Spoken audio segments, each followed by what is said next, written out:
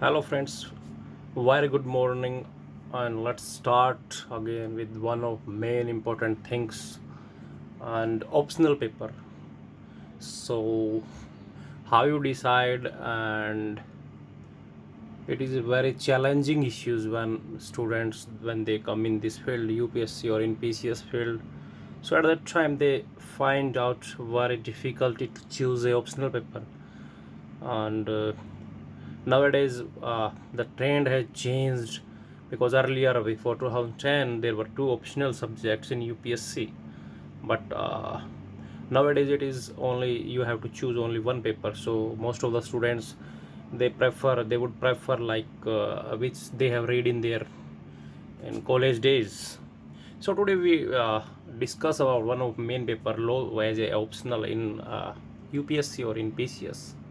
So many of my friends they are studying, they are pursuing their career in LLB, like they are pursuing their law in the Delhi University and other universities. So they are much confused about how to choose this law as a optional, because there are lots of rumor in the market, and because they think so it is very technical paper. So let's start.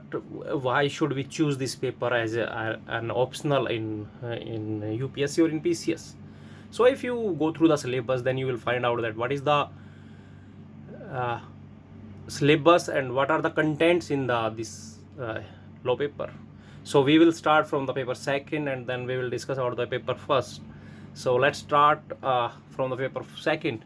So if you will see the syllabus of paper second, then you will find there are uh, 4 and 5 headings there. One is law of crimes, second is law of torts, third is law of contracts and mercantile law, and last one is the contemporary legal development. So why should and why I would like to say you do you prefer this one law as a optional? Because in Delhi University, most of the universities they have almost the same syllabus, but in Delhi University particularly, when you will find out when you will admit in the LLB course, then you will find out these paper: law of crimes, law of torts, law of contracts, and basically these three parts will cover in the first semester of your LLB course. So at that time you will easily clear all of these concepts, because you have to decided to choose this paper. So in classroom you can easily clarify the doubts. Now we will come on the papers first and paper third of the journal studies. So in the paper first, exceptional is international law, the main major portion that one way you can cover from the journal studies, because almost the contents and all of the things are the same. The main issue is that is international law. So in Delhi University, in the second semester of first year course, you will find out that you will cover that portion in your that semester, and there is nothing much difficult, much different. There are the all the contents almost the same.